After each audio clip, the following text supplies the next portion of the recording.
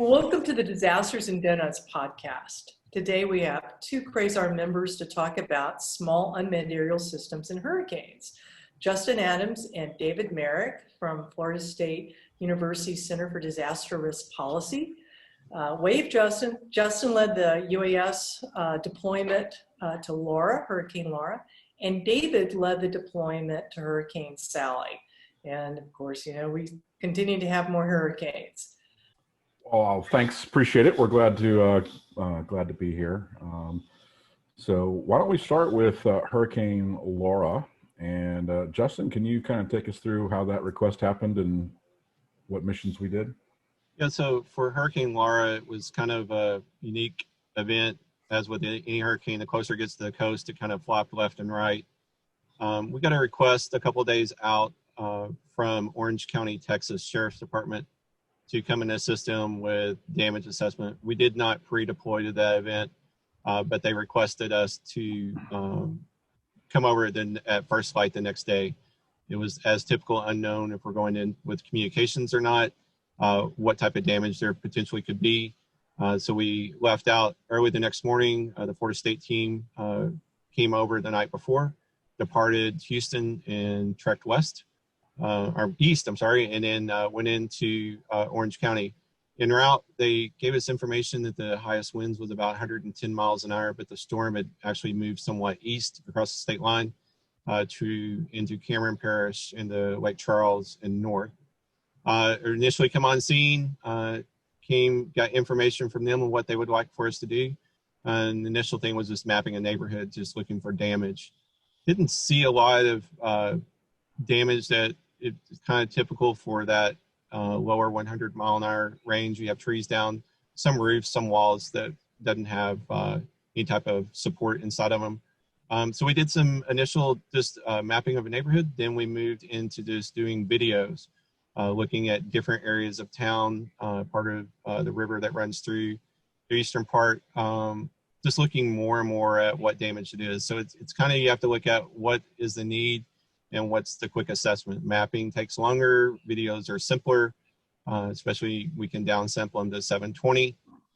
It's just making that snapshot to the emergency managers or the stakeholders who needs to see that information.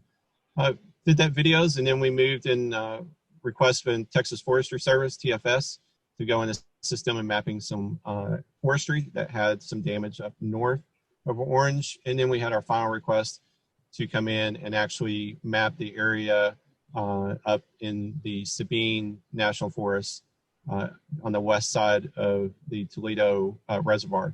Spent a few days up there and then departed. The, I guess, most unique thing that happened on Hurricane Laura was that the video that was captured by our team was actually presented to President Trump by Joey Jacobs, which was our focal point with Orange County. So it was kind of nice to see our video that our team created was actually up on the, in front of the president and briefed by Joey. I think it's kind of a good snapshot of our event. Wow, that's really that. So yours was a very inland, and then David, what about Sally? That was both beach and inland, or was it mostly beach, coastline?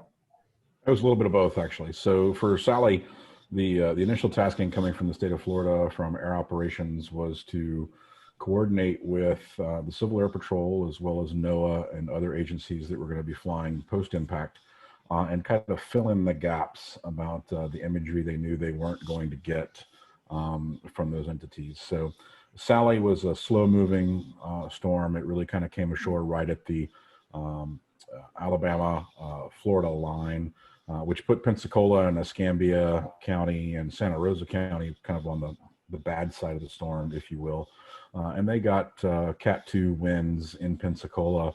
But really the threat from that storm was not only the surge from water being pushed into Escambia Bay and the Blackwater Bay and East Bay, but also the massive amounts of rainfall that we got throughout the Panhandle, right? As far east as Walton County got 20 plus inches of rain localized in places. So there was a lot of riverine flooding happening at the same time that the surge was. And then to kind of make it all even more complicated, the fact that Sally's forward speed when it made landfall was about 2 miles an hour. So it was one of those hurricanes that kind of went on and on and on and on before we could get resources in there. So Civil Air Patrol was going to be covering the rivers, and NOAA, of course, typically does the coast, which left the bay coastlines and kind of those estuaries up to us to cover with the UAS.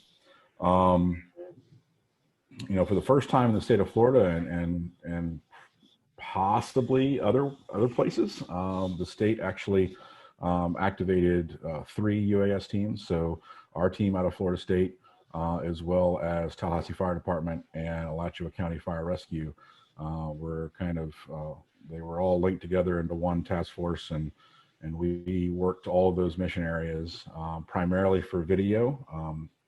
Quick assessment of that. We did a lot of live streaming for the first time. We streamed real time into the state EOC, which of course decision makers thought very highly of. And you know, of course, we're sending the higher resolution video back at the same time or later in the day. We didn't do a lot of mapping on this because they really was the tasking really was just to get that initial eyes on as far as how bad is it, right, and to help support that decision making at the state level. For a team made up of 3 different resources, it went very, very well. We used some new technology, ATAC, to track our team's progress as well as do mission assignments. So communications were good. You know, it's difficult. We collected almost 400 gigabytes worth of video in 3 days, which is a lot of data. And it's even because, you know, Sally was primarily a flooding event. We had good communications. We had LTE throughout the impact area, but at the same time, the amount of data that we got was still very unwieldy, to the point that we actually sent Justin as a courier back to Tallahassee with a hard drive full of data because it was only about 2 hours away. So it was so that, you know, despite the fact that it went well, we still had some interesting challenges, some of the same old things that we've talked about for years and years, actually. Well, first off, what's very striking about all of this is the number of moving parts, in the sense of, you know, Laura, you've got the Sheriff's Office, Texas Forestry Service. Sally, you've got teams coming in that you're coordinating, but you're also going to coordinate with the Civil Air Patrol and all of these things.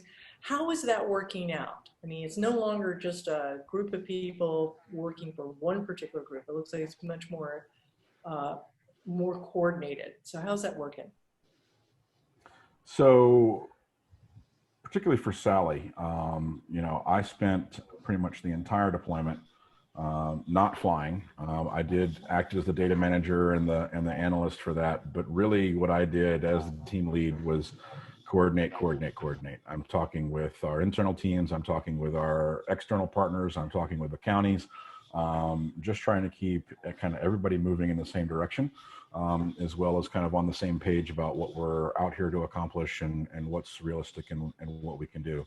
And we're finding that, you know, if you come into these events and, for lack of a better way to put it, you speak emergency management, you can find a way to integrate that in pretty well, right? And it definitely helps that here in Florida that you know, I'm part of the state air operations branch, so you know, we've got a direct line back into the man side, and admittedly there wasn't a lot of manned aviation happening for Sally, but you know, that coordination all occurs, and you know, knock on wood, I think we've almost got it down in here in Florida to something that we can replicate over and over and over again.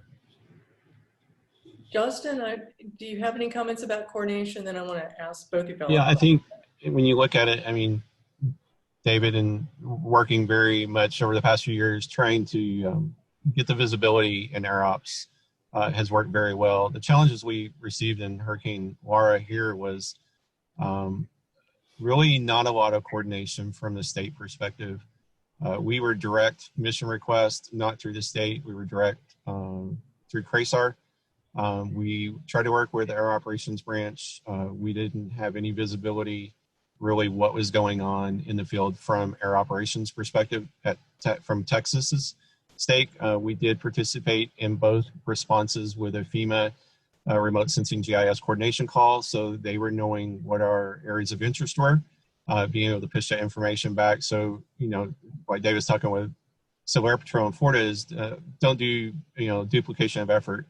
If we're going to grab that data for a certain area, you don't have to fly it. And, our thing is we've always taught is if you don't have to put a person in an aircraft to do a helicopter or fixed wing, and we can do it with a UAS, it's a lot safer at the end of the day, and it's a lot cheaper at the end of the day.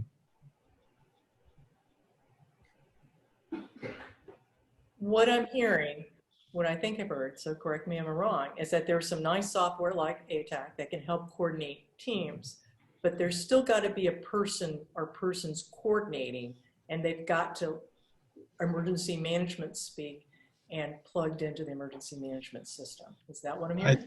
I think very much. The thing that ATAC helped us was situational awareness of teams. And then David would be on the fly saying we have these divisions that we're going to go work. And then those assignments would go, and then we would go directly to that latitude and longitude, which was geo-referenced to address. I think that worked very well. We're looking at some ways to update the State Operations Center to see where we're at.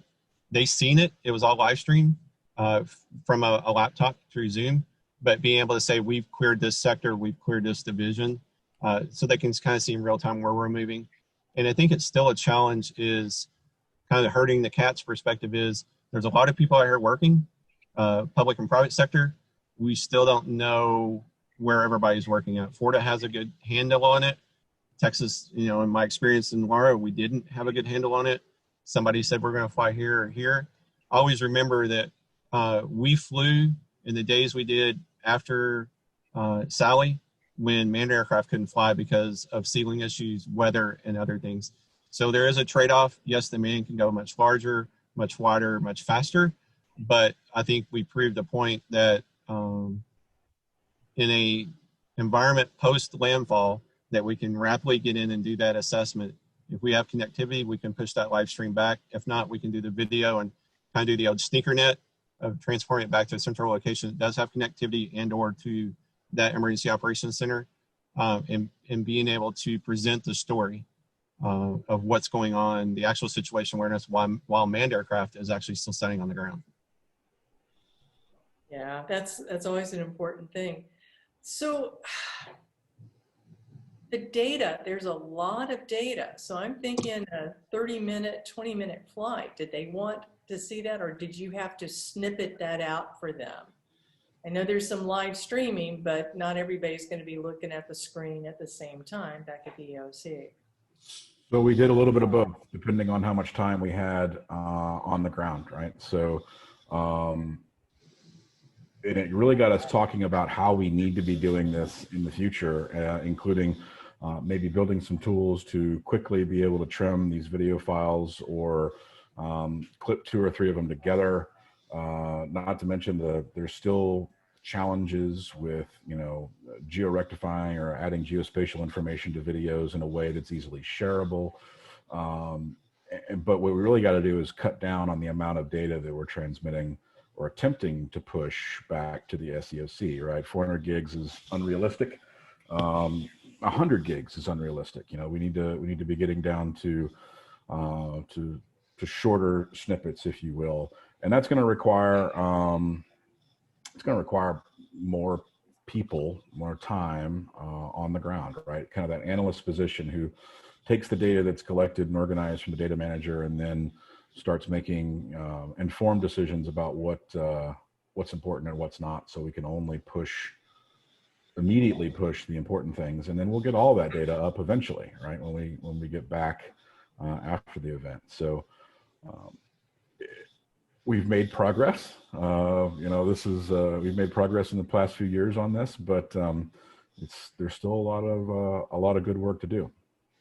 And I think to add into that, I mean, we go back and look at the campfire in, I think it was 2017, when we went out there to support them, and a group had came in and took a whole bunch of imagery and gave them a hard drive and departed town. Those are things that I think, like David said, we look at it from the emergency management perspective, or as a responder, what do I want to see? And, you know, kind of goes back to what we've always said. You've got an incident commander, you may have 2 minutes at a time. You've got to tell them the story in 2 minutes or less. So that's the thing we have to look at is, you know, when people come in, great, you have these great teams, but dumping a whole bunch of data onto somebody without them knowing what the customer wants or what they may need. David has that insight because he's in air operations and he's worked the SEOC. We look at it from field level. What do you want to see? Like you said, it's resource intensive. You need someone that when you get in that night, that's all they do all night, and maybe 2 people. They're processing that data, they're looking at it, they're making the snippets, and then at 7 o'clock or 6 o'clock when the operational briefing starts, they can now present that to the team at, you know, locally or at command. If it's real-time intelligence, they need to see what's happening right now. We can do that as long as we have some type of connectivity. We can push that across the MCC or our boxes that we have and push that back to command. And we did that this week or this past week. And I think David can speak more to it. I think it opened a lot of eyes at the state, being able to see that in real time, in HD, and it's up on the big board inside the State Emergency Operations Center. Well, we're out of time, but let me see if I can just summarize a bit. And that, you know, pausing that streaming's not all the data they need to see and doesn't always go to the tactical ops.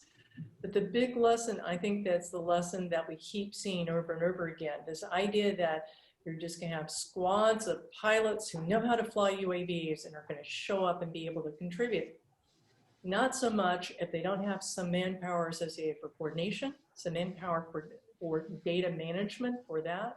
And those are trained positions and as valuable and as specialized as the piloting itself and having that software. So does that seem to cover it? This one thing to add at the end is knowing your team. Even though we integrate in and have teams come from outside locations, I have to say this event that we just come off of is we really integrated well, and it's because we've all trained together. And I think you can't do that on a national deployment, but on a regional or state deployment, you know, train like we fight. And these teams were trained by Florida State, so they knew how we operated, and it was cohesiveness that made it together. It's like right now I'm here, you know, in Pearland, Texas, and we're dealing with Tropical Storm Beta. We're now mapping all the areas affected, but these teams that's with us are teams that's been trained by us to integrate into our system. I think that means a lot and helps a lot. David, last words. It's, you know, to kind of sum it up, standardization has started to really take hold, right? We've got a set way to do things. Everybody does a little bit differently, but it all works together pretty well, and really allows us to capitalize on these resources. And you've got a lot on the web, and here in Texas, we've borrowed some of that for our stuff for PCERT, and of course, CRASAR has been working on that for years, so together. We're getting there. Thank you all very much, and talk with y'all later.